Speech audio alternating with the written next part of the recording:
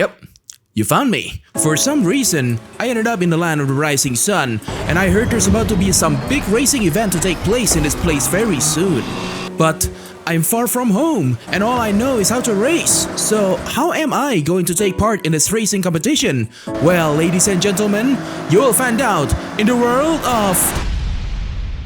So, this May fellow, she's a really nice lady. For some reason, she gave me a place to stay and 3 cars. A Rocket Bunny Sylvia, a Red Celica, and the tallest GMC I've ever seen. Naturally, I picked the Street Queen.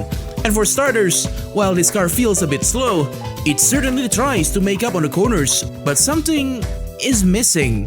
That's right, the color was not blue. After I fixed that problem, I faced my first challenge, the speed trap. See, the first time I just waltzed in, no thoughts had empty, I got 1 star. After realizing that's an actual skill check, I pulled away to gain distance, which in turn helped me in building speed. And then I squeezed every last bit of horsepower this car has, and would you look at that? 2 stars, which was not bad at all, given usually 3 stars are reserved for cars of higher power class. Well then, enough with the tossers. It was prime time to get to my first race, which was a rally route. And I was seated in this Red Celica, rain and off-roading. For someone that has spent most of his time on the asphalt, I was more out of place than fish in the desert. But that did not deter me from at least trying. Meanwhile, upon launch, I realized how underpowered this Celica was compared to the rest. I was almost beaten by a Mini. A tiny, puny Mini was faster than my Celica. Despite this alien terrain, I found that the usual racing techniques still work here. Even after a failed attempt at an overtaking, I could finally score the overtake against May and her gallant. Still, what's up with her and this Charity? We barely knew each other, and she gave me 3 whole cars. Maybe she just has too many cars, and I was the first on her radar to dump some. That explains how her house is barely half her garage in size. And she lets me use that place too. She must be secretly rich. Yeah, that has to be why. Where was I? Right, back to the race. Now, drifting my way through that Cosworth was tempting, but racing is also about discipline, and so I decided to take that corner properly instead, keeping my pace to keep up with the upper half of the grid. On the hairpin, I applied what I learned from Gran Turismo's licenses and napped 2 spots. The more I race on the dirt, the more I realize that there's a lot of aspects in road racing that's applicable on the rough beaten path. But the podium was already too far, with only the streaks remaining and that difference in speed. There was no way I could get any higher than before. Forza Horizon is harder than I had expected. Lucky for me, the next race was set in Shirakawa. It's completely on the asphalt. Finally, familiar grounds. Barely halfway into the first lap and already I'm 1 step away from the podium. But this is where the fun begins. See, the podium dwellers are there for a reason. To keep up with them, I must take advantage of as much slipstream as possible. Corner after corner came and went, but the gap did not seem to mend until the sharp left-hander. I dove right in, taking my chances at cracking that podium, as risky as that move might have been. With P3 in hand, I could shift my focus towards the current race leaders. This time, I am not coming home without the golden medal in hand, damn it! Despite the tough opposition, I remained steadfast towards my principles in racing. I stuck to the racing line, keeping a pace fast enough to capture my rivals, 1 corner at a time. On a 90-degree corner, I'd finally caught up towards the 3000 GT. The Identity Crisis mobile, packing awesome power under the hood, was more than capable of keeping anyone behind on the straights. Too bad for him. This layout is full of corners. Like a pair of love bugs, I remained close towards the red Mitsubishi, used the reduced wind resistance to keep up on the high-speed sections. And once we arrived on the final hairpin, I took the best lane and finally overtook my rival. Finally! After a hard-fought race, that was the first win I've ever gotten in this game, in a blue car too, fitting for streaks. While I was recording this, I was in a voice chat with my friends, as I believed a special moment like this deserves to be shared between respectable gamers, which is the reason for some Indonesian you'll hear this time. Ini yang mobil kurir itu udah ada aja liverynya, kayak livery ininya, kurir Shopee. Kurir Shopee. Itu kurir Shopee paling kaya di Indonesia, anjir, punya mobil gitu. Truly a tender moment. While we're not racing, I'll give a short opinion on the game's map. It's simply amazing. They made even the non-city areas worthwhile. It's not just empty nothingness like in Forza Horizon 5. The roads might be wide, but given how your average Forza drivers behave, in my opinion, this was to be expected. Anyways, it was time for the next race. This time, I was given a chance to drive the tall GMC. Wih. Kalau beneran rusak kan gitu. Drivernya langsung di WP. Kayak biji gue udah jadi ini anjir, biji gue udah jadi bubuk kali. Masih bagus jadi bubuk anjir daripada lu speedrun tunggunya 3. Gua nggak speedrun untuk kebutuhan orang di depan gua, however. Well, yes. Iya, nah itu HP tuh, Bang. Menang nggak gua? Menang. No! Kan? Beda poin 17. Apaan? Bullshit. Bullshit. Apa ini? Gak ada anjir, ulang anjir, gak terima gua apa-apaan tuh. Bro, apa-apaan tuh? Menolak gua apa-apaan tuh, kalah kayak begitu anjir. Tadi boncoknya depanan lo loh. Gue liatnya. Makanya kan. Ini truk petani berikutnya nih. Woi, Shaun the Sheep, sini lo. Oh, gue lupa nih mobil gak punya gigi 7. Kebiasaan. Lo cuma ketek ya tadi. Soalnya mobil off-road biasanya giginya banyak. Nah, tidak optimal. Sini lu. Wah, kena lu kali ini lu. Langsung aja apa nggak sih? Oh shit. Oh no. Oh no. Oh no. Nggak jauh kok. Nah, udah deh, tenang gua. Yeay. GG. Ini baru the canonical ending. Yang tadi tidak canon. Tadi tidak canon ya. Alright, after totally winning that event first try, I made my way to the airport. Udah shit. Oh iya, gua lupa. Di Jepang lu belok lu. Ampun, lupa mulu gua. Right, on my way to the first Forza showdown, I found this. Oh, this is an aftermarket car. You can find them here and there. The best trade deals in a history of trade deals. So, with this brand new track weapon in hand, I was brimming with confidence to take on whatever the Invitational has in store. And I had a look at the M2 you'll be driving.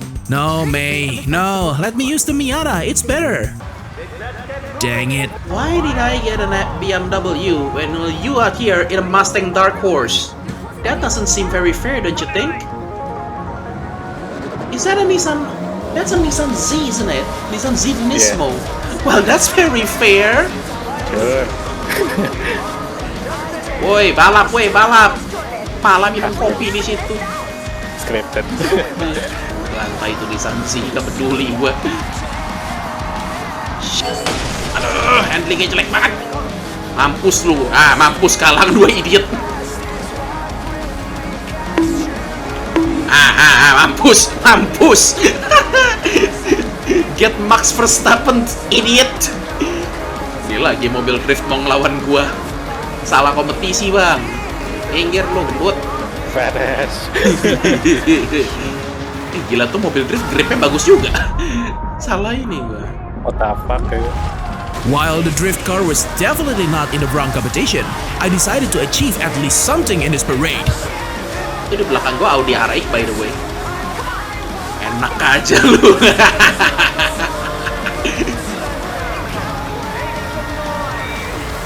Marah kali si Malik sama gua. Marah nih. He's angry. Completing that event gave me 3 more cars. I kinda wish I was made to choose one instead of getting all 3. In my opinion, it would make the scene more impactful. And now, with a wristband in hand, begins a challenge run. Can you beat Forza Horizon 6 with only blue cars? The rules are simple. After you get any wristband in any event where you can choose your car, you must choose a car which has a blue manufacturer color option. And without any delay, here comes the first race in the challenge run. By the way, while this Evo is currently white, one of its manufacturer colors is a dark metallic blue. That means this car is valid for the run. Lu udah punya Impreza? Lu punya Impreza itu? Anjir, gua aja belum. Item kayak gitu. Random. Gas! Oh shit. Yeah, this is a much harder race than expected. Second attempt. Ini masih expert difficulty loh by the way, dan mobil gue udah kalah power. Tapi apa karena ini enggak top of the class ya? Masih stock. Pengecut, lu semua pengecut! Sini lo! BTW jangan lupa capture. Si potret mobilnya. Saya kira ada itu. Oh iya bener juga, tombol capture gue. Gue sumpah tapi saking gue lamanya gak main Forza jadi lupa. Oh iya ini tuh ada masih capture aja. Oh maksimal cuma 5 ya. Ada 6. Oh karena beberapa sama modelnya. Bunuh-bunuhan deh di situ. Ya elah kalahnya membagi enggak aja. Power defisitnya mulai kelihatan, Bung. With a stock Evo, it became obvious that my problem lied in the lack of power. So, if I cannot beat them with brawn, then brains will have to do. That was the middle pack, done in by simply going optimal down the hill. But no matter what I've done, on this steep uphill section, the Evo was struggling. At this point, it became obvious to me that if I were to start winning races, this Evo had to be on top of its class, because in this state, the Evo's weakness had allowed this to happen. Oh no. Yep, it's over. It's so over. I put the hammer down and stretched the race rules as wide as they can be just to keep up with the pack. With ferocious confidence, I weaved through the competition, taking use of my rifle's inability to process the downhill part properly. This is the only section where I can actually fight back. I have to execute this part flawlessly. It was do or die, glory or defeat. And would you look at that? Glorious it was. This hard-kept pace allowed me to zoom in on the Fiesta, and while the Ford waved around in panic, I remained calm and collected. Eventually, the wobbling Ford fell, and I swooped in to claim victory. But we were still far away from the finish line, and this is where my Evo struggled a lot. The Evo could not speed up at all. I could not keep my win. The buggy had taken over. Is this it? Am I going to lose again? No. I cannot have bad thoughts now. It's exactly in situations like this I must keep calm. Once the dreadful leap was through and the buggy beaten, I went as fast as I could downhill to reap my reward. By the way, did you know that you can be employed in Forza Horizon? It is about time we become contributing members in society through Raku Raku Express. As a driver for this company, you deliver food in style. Jadi pengantar tahu. Mesin motor ini. Mesin motor. Iya sih. Aduh. Paketnya aman. Belum ada paket jadi aman. How would they know if I deliver this Horizon style? Hell yeah! Gue cuma hati-hati sama traffic aja.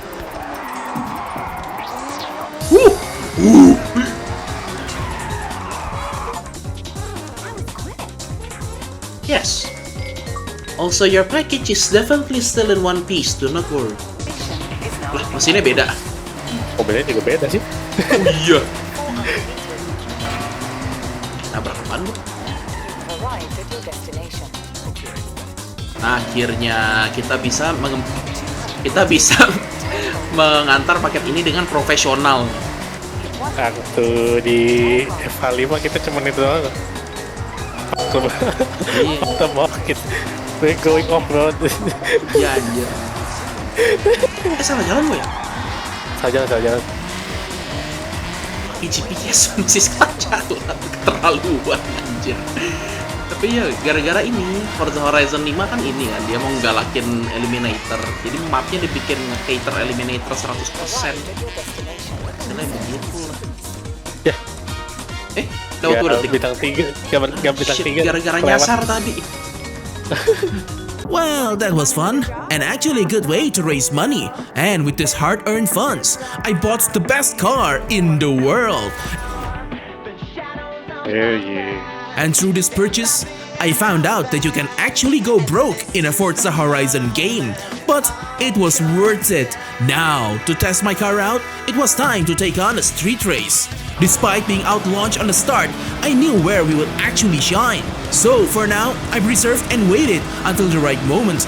The first corners were good signs for things to come. I knew the NSX wouldn't fail me on the corners, no matter how tricky they get. Their hairpin was even better for climbing up the ranks. With this NSX, I was completely confident to slip back to my old tricks back in Gran Turismo. With each corner, I grew closely towards victory, while the GTR fumbled. The NSX and I absolutely thrived. Now, from past experiences, the last 3 opponents will be absolutely difficult to catch up on. And with less than half the race left, I must act fast if I were to win here. But throughout the faster section of the track, I could barely hang on to the race leaders, with no moments to overtake. That was bad. The finish line was near, but I couldn't make any progress into the golden trophy. What should I do? Well then, when in doubt, I always go back to the basics. I ensured the NSX kept a fast pace through the disciplined racing line because I was only one wrong move away from total defeat. And on the final hairpin, I saw my last chance and victory. I needed a clear shot on the race leader if I were to make any bold moves on the sharp corner. And by going in fast, I managed to score that overtake, and despite I had to go out slow, I managed to defend myself as the NSX carried its paces. Once I was in the lead, I put the hammer down. No brakes, just pure speed and power down the hills all the way to the finish line. Despite the initial hardship, I preserved, and that had delivered me the ultimate victory. Forza Horizon 6 is absolutely worth it. I've never been this excited for a racing game for a very long time. But complete transparency, I had my doubts on Forza being good again, especially after the absolute empty hellscape that was Forza Horizon 5. But I was delighted to have my doubts washed away. This game is absolutely brilliant, and going forward, you can expect me to cover this game alongside my usual Gran Turismo 4 shenanigans. If you like this video, check out the time I tried beating Gran Turismo 4 in just V8 cars. I put it all in a nice playlist for easy binging.